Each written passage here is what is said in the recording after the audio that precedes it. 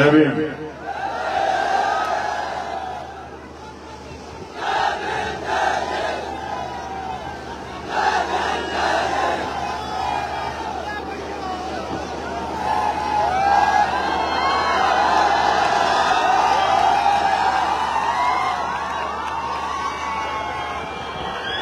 ये जो मेरे दाईं तरफ जो नौजवान खड़े हैं,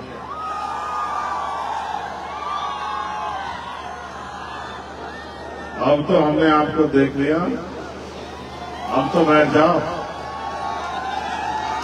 अगर हमसे प्यार करते हो तो बैठ जाओ। हमारे कहने के बाद भी पुलिस की किसी और की जरूरत पड़े तो फिर बेकार। अगर हमने तुमसे कुछ मांग लिया और तुम लोग उसको पूरा ना करो तो फिर बेकार।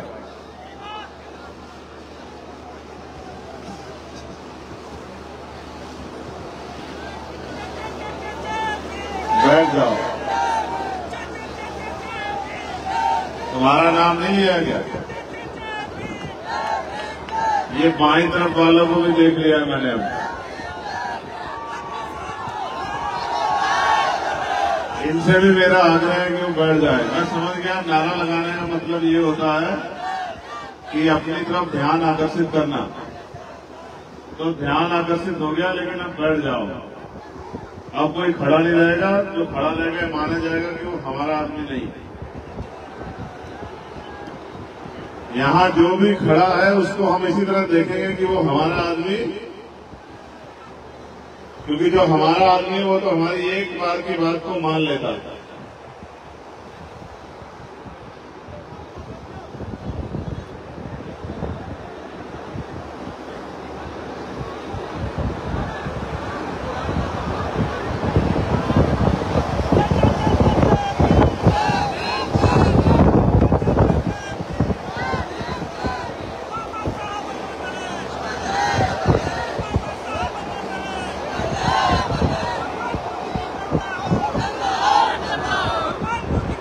मैं धन्यवाद दूंगा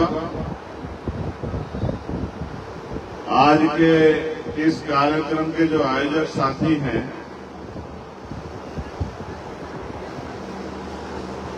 जिनकी जिम्मेदारी यहां इस कार्यक्रम को कराने के लिए लगाई गई थी।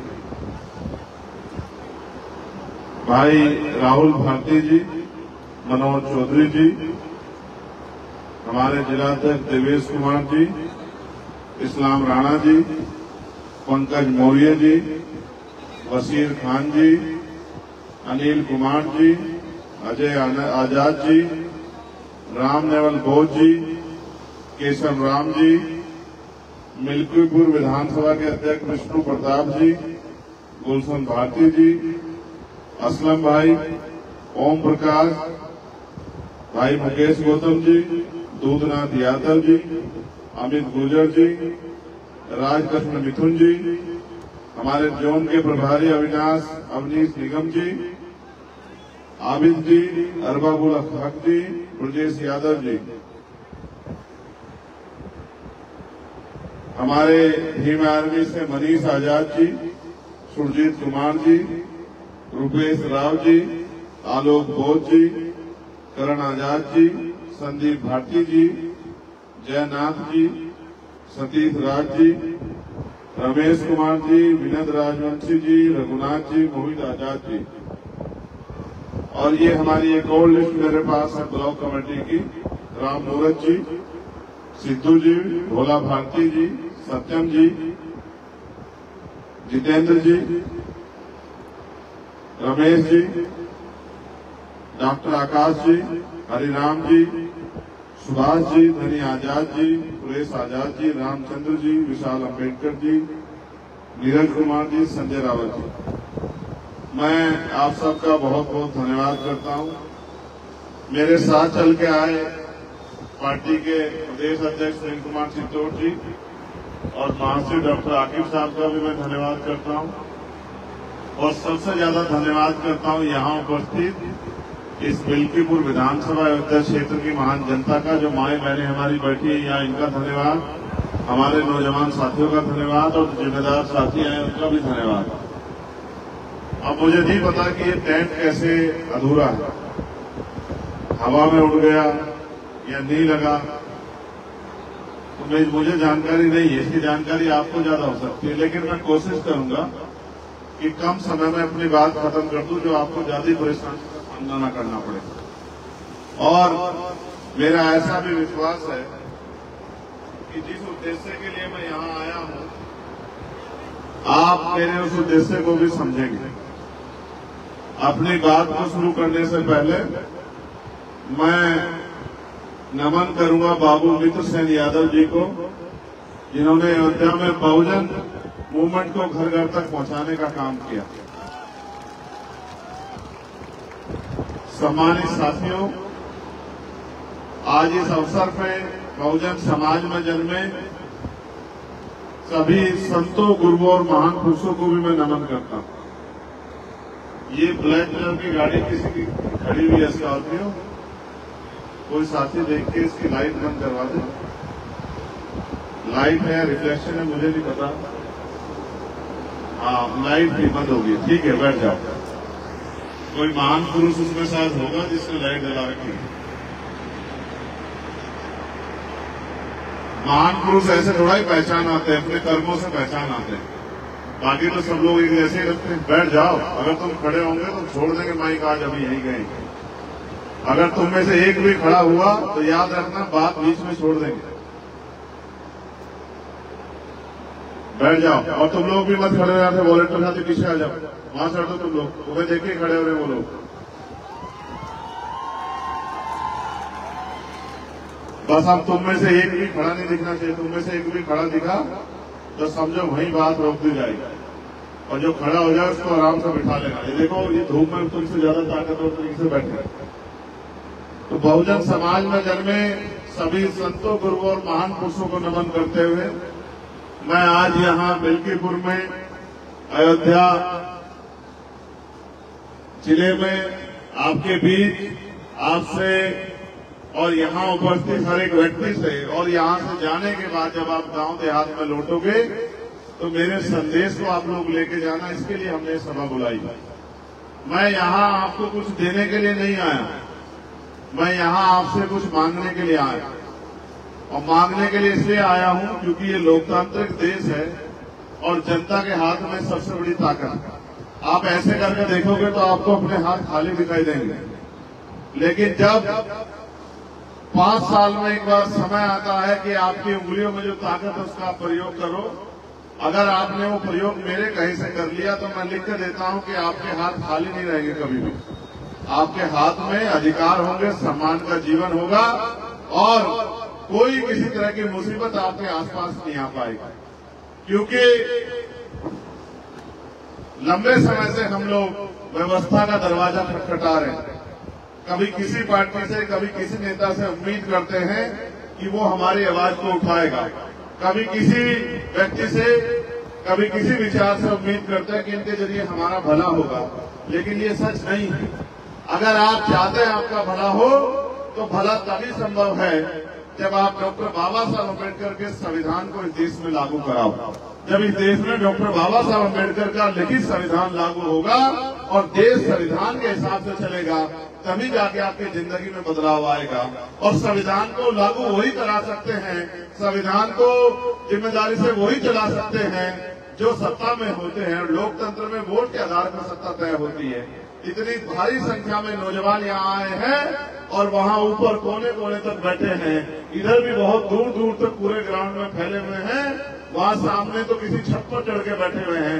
लेकिन आप मुझे बताओ, क्या आज देश में गरीब को सम्मान की जिंदगी मिल रही है क्या? बताओ, मिल रही है क्या? और अगर मिल नहीं रही है तो ये तमाम सरकारें और तमाम नेता और किस काम के हैं जनता के? आप महसूस करके देखो, महसूस करके देखो। जो बुनियादी जरूरत है हमारी एजुकेशन, शिक्षा, अभी शिक्षा का बजट जारी हुआ तो शिक्षा का बजट सरकार ने कम कर दिया। क्यों कम कर दिया? कि हमारे देश में बहुत अच्छी शिक्षा मिल रही है, बजट कम कर दिया। बजट इसलिए कम कर दिया क्योंकि सरकार को लगता है कि बजट बढ़ेगा तो ग्रामीण क्षेत्रों तक भी अच्छे स्कूल कॉलेज खुलेंगे, जो आवश्यकता है टीचरों की पूरी होंगी। तो इससे होगा क्या कि गरीब का बच्चा भी पढ़ेगा और पढ़ लिख के डॉक्टर, इंजीनियर, वकील, जज बन के इस देश में अपने और अपने परिवार के लिए स्वाभिमान सम्मान की जिंदगी प्राप्त करेगा, रोटी रोजगार की व्यवस्था करेगा। और सरकार नहीं चाहती कि गरीब लोग जो है रोटी रोजगार प्राप्त करें या सम्मान का जीवन जिए। इसलिए जो हमारा सबसे बुनियादी हथियार है, आप याद करके देखो बाबा साहब अम्बेडकर ने क्या कहा। उन्होंने कहा शिक्षा शेरनी का वो दूध है जो भी पिएगा वो दहाड़ेगा। लेकिन आप महसूस करो, ये बात अभी मैंने 2 दिन पहले पार्लियामेंट में कही थी कि बाबा साहब ने कहा था कि शिक्षा शेरनी का वो दूध है जो पिएगा वो दहाड़ेगा। अगर मैं आज पार्लियामेंट में खड़ा हूं तो इस शिक्षा की वजह से खड़ा हूं या फिर जो जनता ने मुझे वोट देके भेजा इस वजह से खड़ा हूं। आप ये बताओ, क्या कोई गरीब का बेटा डॉक्टर, इंजीनियर बन सकता है इस देश में? अगर सरकारी कॉलेज में नंबर नहीं आया तो करोड़ों रुपए की डोनेशन लगती है। हर माँ बाप चाहते हैं उनका बेटा डॉक्टर, इंजीनियर बने, तो बनेगा कहाँ से जब सरकारी स्कूल तो गवर्नमेंट बंद कर रही है और प्राइवेट स्कूल बड़े बड़े खुल गए हैं। और प्राइवेट स्कूलों में शिक्षा इतनी महंगी है कि लाखों लाखों रुपए का खर्चा कोई गरीब परिवार वहन नहीं कर सकता है। जिस देश में 80 करोड़ लोग सस्ता राशन, 5 किलो राशन लेके अपना जीवन यापन कर रहे हो, यानी कि रोटी रोटी पे जी रहे हो, आप महसूस करो क्या वो अच्छी पढ़ाई अपने बच्चों की करा सकते हैं? बताओ, करा सकते हैं? सोचो, महसूस करो, इस देश में लाखों लोग अच्छा इलाज न मिलने के कारण मर जाते हैं। और ये अच्छा इलाज क्यों नहीं मिलता? सरकार को तो हम बराबर का टैक्स देते हैं, फिर अच्छा इलाज क्यों नहीं मिलता? अच्छा इलाज इसलिए नहीं मिलता कि अच्छा इलाज आज के समय में चाहिए तो प्राइवेट हॉस्पिटल में जाना पड़ेगा। और प्राइवेट हॉस्पिटल में कौन जा सकता है? जिसकी जेब में पैसा है। और पैसा किसकी जेब में है? देश के 80 करोड़ लोग तो 5 किलो राशन पे जिंदगी जी रहे हैं। देश के 80 करोड़ लोग से ज्यादा लोग तो महीने में 10,000 रुपए भी नहीं कमाते हैं। उनकी न्यूनतम वेतन तो साल भर का 1 लाख रुपए भी नहीं है। तो आप मुझे बताओ कि वो लोग अच्छा इलाज करा सकते हैं क्या? अभी प्राइवेट हॉस्पिटल में जाओगे तो डॉक्टर कितने पैसे का पर्चा बनाता है? कितने पैसे का? कहीं 200 रुपए का, कहीं 400 रुपए, कहीं 500 रुपए का। और कहता है अगर रात को दिखाना है इमरजेंसी में तो 2,000 रुपए लगेगा फीस। कहता है नहीं कहता? आप बताओ कि अगर 2,000 रुपए फीस देने की स्थिति होती तो इस देश में लोग 5 किलो राशन पे अपनी जिंदगी चलाते हैं। तो कितने ही लोग सड़क पे मर जाएं, एक्सीडेंट होकर मर जाएं, अस्पताल में मर जाएं। अस्पताल में दवाइयां नहीं है, डॉक्टर नहीं है, कोई टेस्ट अस्पताल में नहीं होता। और तो और हमारे नेता लोग भी बैठे हैं। आप महसूस करके देखो, जिस डॉक्टर के पास जाओगे वो ये कहेगा टेस्ट हमारी लैब से होगा। कहता है नहीं कहता है? मैं किसी दूसरे की रिपोर्ट को नहीं मानूंगा, मैं अपने आप टेस्ट कराऊंगा। यानी कि एक और चोरी, एक और डकैती। भाई ये बताओ गरीब लोग जाएंगे कहाँ? और सरकारें बजट कम कर रही है हेल्थ का, सरकारें एजुकेशन का बजट कम कर रही है। तो मेरी समझ में ये आता है कि ऐसे रास्ता निकलने वाला नहीं है। आप लंबे समय से लोगों पे भरोसा कर रहे हो और ये लोग आपकी वोट को लेके अपने आप पैसे वाले बन के बड़े बड़े कोठी बंगलों में चले जाते हैं, बड़े बड़ी गाड़ियों में घूमते हैं, तमाम तरह की सुख सुविधा प्राप्त करते हैं। और इस गरीब समाज जिससे उठकर जाते हैं उस समाज की तरफ पलट के नहीं देखते।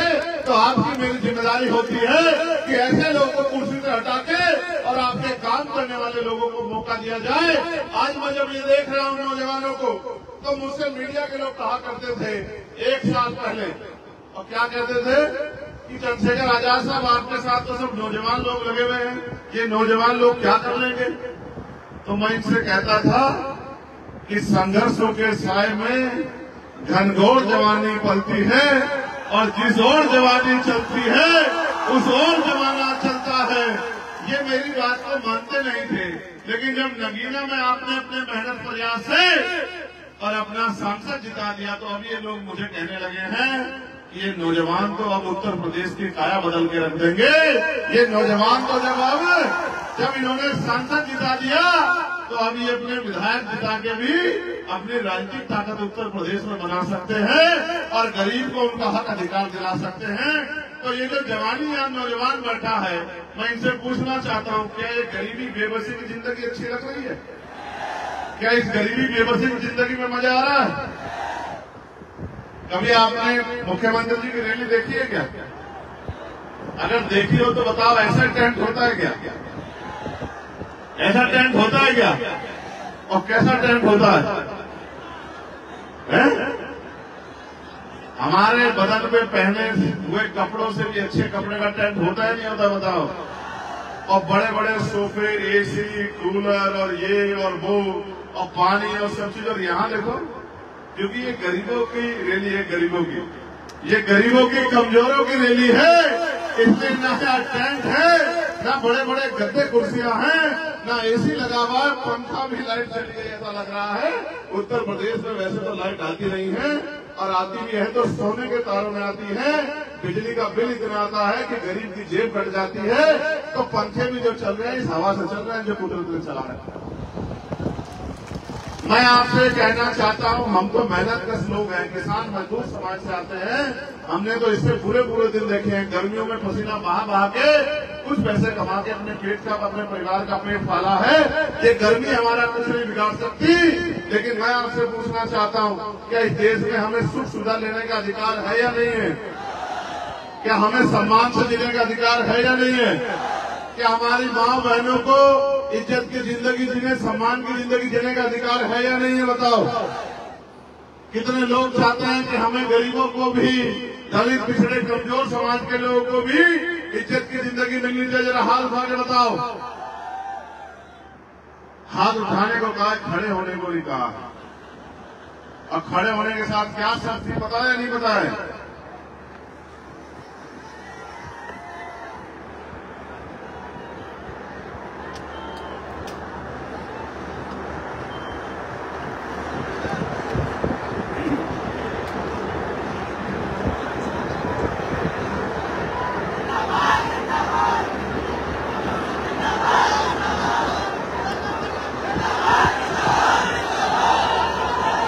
जाए अपनी बात को रखे, बताओ। तो तुम्हें लगता है कि हम तुमसे झूठ बोलते हैं? जब हमने तुमसे कह दिया कि तुम अगर खड़े हो जाओगे तो हम बोलेंगे नहीं, तो फिर तुम लोग क्यों खड़े हुए? बताओ, क्यों खड़े हुए फिर तुम लोग? हम बैठ के थोड़ा बात रख रहे, हम भी तो आपकी तरह खड़े ही थे। लेकिन जब आप पे बैठने का अवसर है तो क्यों नहीं बैठ रहे? अब की बार अगर तुम लोगों ने मिस्टेक की तो फिर हमें हमारी बात का पालन करना पड़ेगा। अब तुम देख लेना क्या। तो मैं आपसे कह रहा था कि गरीबों को भी इज्जत की जिंदगी जीने का अधिकार मिलना चाहिए, मगर मिलेगा कैसे? मांगने से। यहाँ क्या मिलता है? क्या मिलता है मांगने से?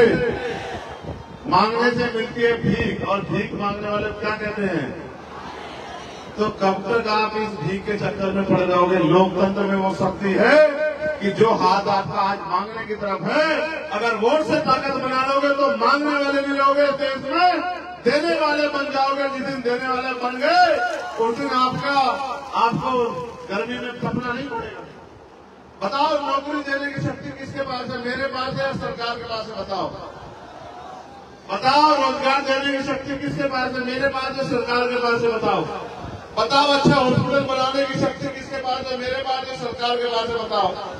बताओ, उद्योग धंधे लगाने की शक्ति किसके पास है? मेरे पास है, सरकार के पास है? बताओ। बताओ, अच्छा स्कूल खुलवाने की जिम्मेदारी किसके पास है? ताकत किसके पास है? मेरे पास है, सरकार के पास है? बताओ।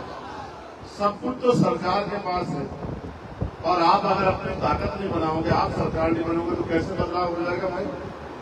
अब मैंने कहा, मेरी बात पर गौर करो, मैंने पार्लियामेंट में कहा कि भारत में बदलाव तब तक नहीं होगा, गौर से सुनना, जब तक इस देश में अच्छी शिक्षा व्यवस्था तब तक नहीं होगी, जब तक प्रधानमंत्री से लेकर और प्रधान का बेटा सरकारी स्कूल में नहीं पढ़ेगा, तब तक इस देश में अच्छी शिक्षा गरीबों को नहीं मिल सकती। जब प्रधानमंत्री से लेके, मुख्यमंत्री से लेके, राष्ट्रपति से लेके, राज्यपाल से लेके सारे मंत्री, विधायक, सांसद, जिसमें मैं भी, और जितने क्लास 1, क्लास 2, क्लास 3, क्लास 4 के अधिकारी हैं, जितने भी वो नेता हो, अभिनेता हो, जितने लोग हैं जो सरकारी सुरक्षा लेते हैं, सुविधा लेते हैं, तनख्वाह मिलती है, मानदेय मिलता है, जब तक उनके बच्चे सरकारी स्कूल में नहीं पढ़ेंगे तब तक इन सरकारी स्कूलों में सुविधा नहीं आने वाली। क्योंकि सुविधा तब आएगी जब एक ही कमरे में क्लास 4 के बच्चे बैठे होंगे, एक बच्चा मुख्यमंत्री जी का होगा, दूसरा बच्चा कलेक्टर साहब का होगा, तीसरा बच्चा एसएसपी महोदय का होगा, चौथा बच्चा सीओ महोदय का होगा, पांचवा बच्चा हमारे जैसे किसान मजदूर के परिवार का होगा, छठा बच्चा सफाई का काम करने वाले का होगा और सातवां बच्चा खेतों में मजदूरी करने वाले का होगा। जब तक ये नहीं होगा तब तक अच्छी शिक्षा नहीं आएगी। जिस दिन ये हो गया, न मास्टर की कमी होगी, न स्कूल गिरने वाला होगा, न पंखों की कमी होगी, न किताबों की कमी होगी, बेहतर से बेहतर शिक्षा मिलेगी।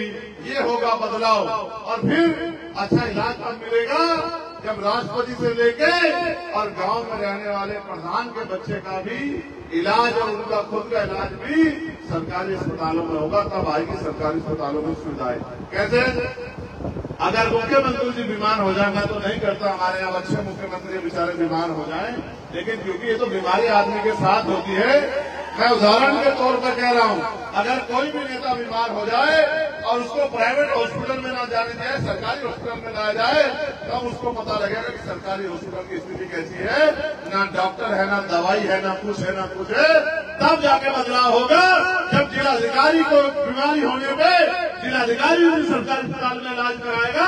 जब हम गरीब किसान मजदूर परिवार के लोग इलाज कराते हैं तब आएगा अच्छा इलाज व्यवस्था, तब आएंगे डॉक्टर बढ़िया, तब जो है बाहर से दवाई नहीं लेके जाएगी, तब एक्सरे मशीन भी होगी, एमआरआई मशीन भी होगी और तमाम तरह की चीजें होंगी, तब जाके बदलाव होगा। और मैं फिर आपसे कहना चाहता हूँ, अगर बदलाव ना देखो, पॉलिसी बना के लाखों लोगों के लिए बदलाव किया जा सकता है। इंडिविजुअल व्यक्तिगत लाभ देके तो लोगों की मदद की जा सकती है। जैसे मुझसे कोई कहे कि भाई मेरा बच्चा बीमार है, मुझे कुछ पैसे दे दो, मैं दे दूंगा, तो एक बच्चे का इलाज हो जाएगा। लेकिन अगर पॉलिसी बन जाए तो करोड़ों बच्चों का इलाज मुफ्त में हो जाएगा, नहीं हो जाएगा? बताओ। अभी तो मैंने कहा था एमबीबीएस एमडी बनने के लिए करोड़ों रुपए चाहिए जब, लेकिन शिक्षा इस देश में समान हो जाएगी और शिक्षा मुफ्त हो जाएगी तो किसान का बेटा भी डॉक्टर इंजीनियर बन पाएगा, वकील जज बन पाएगा। जब उनकी जेब नहीं कटेगी, जब उनको जमीन गिरवी नहीं रखनी पड़ेगी, जब उनको कर्ज नहीं लेना पड़ेगा। और मैं फिर आपसे कहना चाहता हूँ साथियों, इसको लागू कराने के लिए शक्ति की जरूरत है और शक्ति आपके अंगूठे में है। जिस दिन ये शक्ति आपने मेरे साथ खड़ी कर दी, आजाद समाज पार्टी की पॉलिसी के साथ खड़ी कर दी, उस दिन वो दिन दूर नहीं कि पहले उत्तर प्रदेश में और फिर देश में ये होकर रहेगा। इसको कोई होने से रोक नहीं सकता है, क्योंकि अब गरीब जागरूक हो गए हैं, अपने अधिकारों के प्रति सचेत हो गए हैं। आप महसूस करो, और ये बात मीडिया के लोग भी सुन लो, हमने मांग की है कि देश की आजादी के 75 साल हो गए हैं, अब निजी क्षेत्रों में आरक्षण की व्यवस्था होनी चाहिए और SC ST OBC के लोगों को संख्या के आधार पर आरक्षण मिलना चाहिए। बताओ, मिलना चाहिए नहीं मिलना चाहिए? इस बात को भी समझो। 2% सरकारी नौकरियां हैं, 98% प्राइवेट सेक्टर है, 2% सरकारी नौकरियों में आरक्षण है और 98% प्राइवेट सेक्टर में आरक्षण नहीं है। 98% प्राइवेट सेक्टर किसका है? सुनो, प्राइवेट सेक्टर में तुमसे कोई पूछ ले, कहे भाई वो क्यों देंगे नौकरी, इसलिए देंगे क्योंकि सरकार प्राइवेट सेक्टर में जो लोग उद्योग लगाते हैं, 1 रुपया लीज पे लाखों बीघे जमीन उनको देती है, हजारों बीघे जमीन देती है, साथ करोड़ों रुपए का लोन उनको देती है बैंक से, साथ करोड़ों रुपए के टैक्स में छूट करती है। ये सारा पैसा हमारी मेहनत की कमाई का होता है। ये जमीनें जनता की होती है।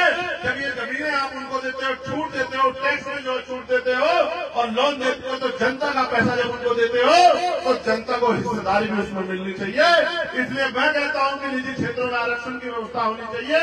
साथ जब सामान उनकी कंपनी में जो बनता हम खरीदते हैं, तो जब उनके जो है ग्राहक हम हैं, तो उनके कर्मचारी हम लोग क्यों नहीं हो सकते? सरकार मुझे इस बात का जवाब दे। इसलिए मैं आपसे कहना चाहता हूं कि लड़ाई बड़ी लंबी है, लेकिन लड़नी है। हम तो पार्लियामेंट में जब से हम गए हैं, आप ये जानते हैं, सबकी आवाज उठाते हैं। बीएड के बच्चों की आवाज उठाते हैं कि उनको भर्तियां निकाल के नौकरी दो, बैकलॉग भरा जाए, इसकी आवाज उठाते हैं। और पीटीसी के बच्चों की आवाज उठाते हैं, साथ होमगार्डों की आवाज उठाते हैं, पीआरडी के जवानों का आवाज जो बड़े उनकी आवाज उठाते हैं। महिला जितनी है हमारी बहनें, आशा हो, आंगनबाड़ी हो, भोजन माता हो, ग्राम सेवक हो, तमाम लोगों की आवाज हम लोग उठाते हैं। बेरोजगार नौजवानों को 5,000 रुपए भत्ता मिले, इसकी आवाज भी हम लोगों ने उठाई। साथ हमने ये भी आवाज उठाई कि महिलाओं को जो पेंशन मिलती है 500 रुपए, वो बढ़ के 5000 रुपए होनी चाहिए। और भी हमने आवाज उठाई कि गैस के सिलेंडर का दाम 500 रुपए होना चाहिए, इससे ज्यादा नहीं होना चाहिए। बिजली के दाम कम होने चाहिए, बिजली के दाम जो सोने की बिजली के दाम हो गए वो कम होने चाहिए। हम तो लगातार आवाज उठा रहे हैं। और तो और हम अपने पुलिस के भाइयों की भी आवाज उठाते हैं। हमने ये भी कहा कि इनकी ड्यूटी भी 8 घंटे की होनी चाहिए, इनको भी सप्ताह में 1 दिन छुट्टी मिलनी चाहिए। और बॉर्डर स्कीम जो है, बॉर्डर स्कीम का जो नुकसान इनको हो रहा है, जैसे छुट्टी मिली, अब इनकी ड्यूटी अयोध्या में रहने वाले हैं ये बिजनौर के, अभी ये 1 दिन की छुट्टी मिली, सुबह यहाँ से जाएंगे, शाम तक तो बिजनौर पहुंचेंगे और शाम के टाइम उधर चलेंगे तो तब अगले दिन यहाँ पहुंचेंगे। तो हमने कहा कि बॉर्डर स्कीम खत्म करके बराबर के संबंधित जिलों में इनको पोस्टिंग मिलनी चाहिए, क्योंकि ये भी इंसान है, अपने परिवार के बीच में पहुंच जाए। इनके दिन को भी जो है अपने परिवार से मिलने की आजादी होनी चाहिए। ये मांग भी हमने उठाई, लेकिन जैसे हमने मांग उठाई तो भाजपा के लोग सब लोग चिल्लाने लगे, भाई ये राज्य का विषय राज्य का विषय है। तो हमने कहा भाई राज्य का विषय भले ही हो, हम तो मॉडर्नाइजेशन की बात कर रहे हैं। हम तो कह रहे हैं कि मॉडर्नाइजेशन पुलिस में होना चाहिए। अब पुलिस में सुधार की जरूरत है, रिफॉर्म की जरूरत है। रिफॉर्म को सेंटर ही करेगी या नहीं करेगी बताओ? रिफॉर्म का काम स्टेट का नहीं है, रिफॉर्म का काम सेंटर का है। सेंटर कानून बनाएंगे, हर स्टेट अपने पुलिस कर्मियों की सुविधा ले। बताओ कैसे नहीं बदलाव होगा? तो हम तो वकील लोग हैं, तो समझते हैं कैसे क्या करना है। लेकिन मैं आपसे पूछना चाहता हूँ, आप नहीं चाहते कि अब ये परिस्थिति बदलनी चाहिए? जोर से बताओ, चाहते भी चाहते हो? तो भैया चाहने से तभी होगा जब चाहने के साथ आप उस पर काम करना भी शुरू कर दोगे। आपने यहाँ तमाम लोगों को अवसर दिया, तमाम लोगों को आगे बढ़ाया, और जो लोग आगे बढ़े उन्होंने अपने और अपने परिवार को आगे बढ़ाया, लेकिन ये गरीब समाज वहीं का वहीं रह गया। मैं यहाँ के लोगों से कहना चाहता हूँ, देखो नगीना के लोगों ने मेरी बात मानी, तो बताओ नगीना के लोगों को फायदा हुआ नहीं हुआ? और वोट में क्या ताकत है समझते हो? वोट में ताकत है। कल तक हम जहाँ सरकारी दफ्तरों में फिरते थे कि हमारे यहाँ सड़क बनवा दो, हमारे यहाँ बिजली घर बनवा दो, हमारे यहाँ स्कूल बनवा दो, हमारे यहाँ जो है ये गड्ढे भर गए हैं इनको गड्ढों को बनवा दो, ठीक करवा दो, हमारे यहाँ जो है नल लगवा दो। आज आपकी ताकत से, आपके संघर्ष से आज हम पे वो निधि है कि हमारे एक कदम के साइन होने से कई किलोमीटर की सड़क बन जाएगी और तमाम अधिकारी कर्मचारी हमारी बात को बेचारे जिम्मेदार को सुनते हैं। अगर ऐसी ताकत आप अपने क्षेत्रों में बना लोगे तो बताओ परिवर्तन होगा नहीं होगा? बताओ। तो अब मैं आपसे जो कहना चाहता हूं उसको गौर से सुन लो। अगर परिवर्तन करना चाहते हो तो परिवर्तन के लिए तैयार हो जाओ। बताओ कितने लोग तैयार हैं? ऐसे हाथ खड़ा करके बताओ। ऐसे हाथ खड़ा करने के साथ मुट्ठी भी बंद करनी, जरा इशारे भी समझो। एक हाथ जिसकी मुट्ठी बंद है उसको ये मान लिया जाए कि वो लोग अपनी लड़ाई लड़ने के लिए तैयार है, तेरे शर्ट वाले भाई को छोड़ के बस। अच्छा वकील आदमी हूं, मेरी नजर चारों तरफ रहती है। चलो हाथ नीचे करो। तो अब जो मैं आपसे कह रहा हूं बताओ उसको पूरा कर दोगे नहीं कर दोगे? तो आज से आपको ये करना है कि आपको आज के बाद आप हजारों की संख्या में यहाँ हो, तो जितने भी रिश्तेदार आपके मिल्कीपुर में रहते हैं अब कल से आपको उनको फोन करना शुरू करना है और उनको फोन करके कहना है कि इस बार हमें इधर उधर नहीं देखना, इस बार हमें आजाद समाज पार्टी के प्रत्याशी को वोट देकर ताकत देनी। बताओ कर दोगे नहीं कर दोगे?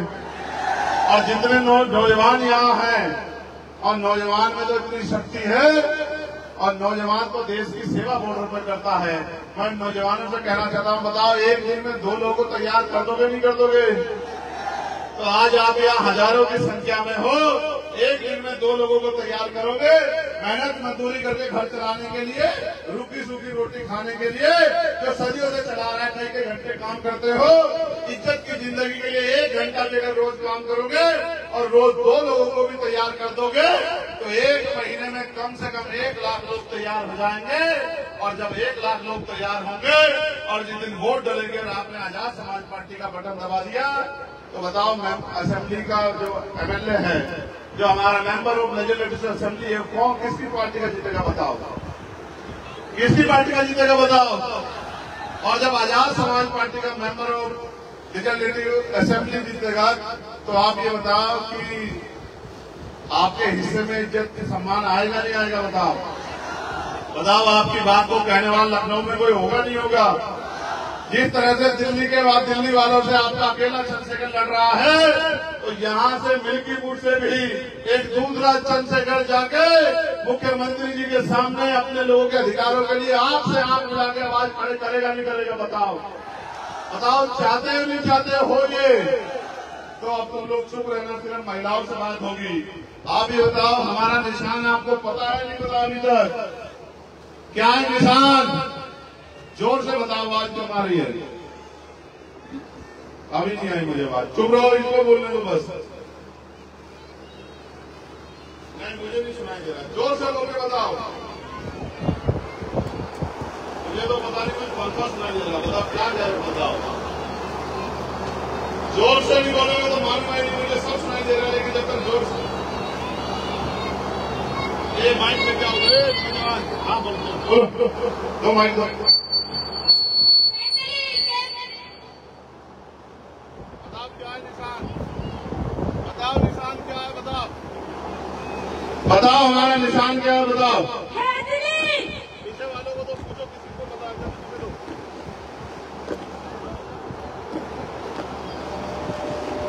बताओ, जिसे जिसे पता है जरा हाथ उठा के बताओ। केतली पक्का? अरे ठीक है, माइक बंद करो। ये कभी चंद्रशेखर को ढूंढो, वहां चंद्रशेखर नहीं मिलेगा, वहां केतली मिलेगी। केतली के आगे का बटन दबाना पड़ेगा, तभी जाके ताकत बनेगी हमारी। समझ रहे समझ रहे हो? अब तुम लोग बताओ क्या है निशान हमारा? और ये बताओ, केतली हमारा निशान है, आपका निशान है? हमारा निशान है, आपका निशान है, हम सबका निशान है। अब बताओ, ये केतली परिवर्तन का निशान है या नहीं है? अब बताओ, केतली को ताकत दोगे तो कौन ताकतवर होगा? आप दोनों हाथ उठाओ जो लोग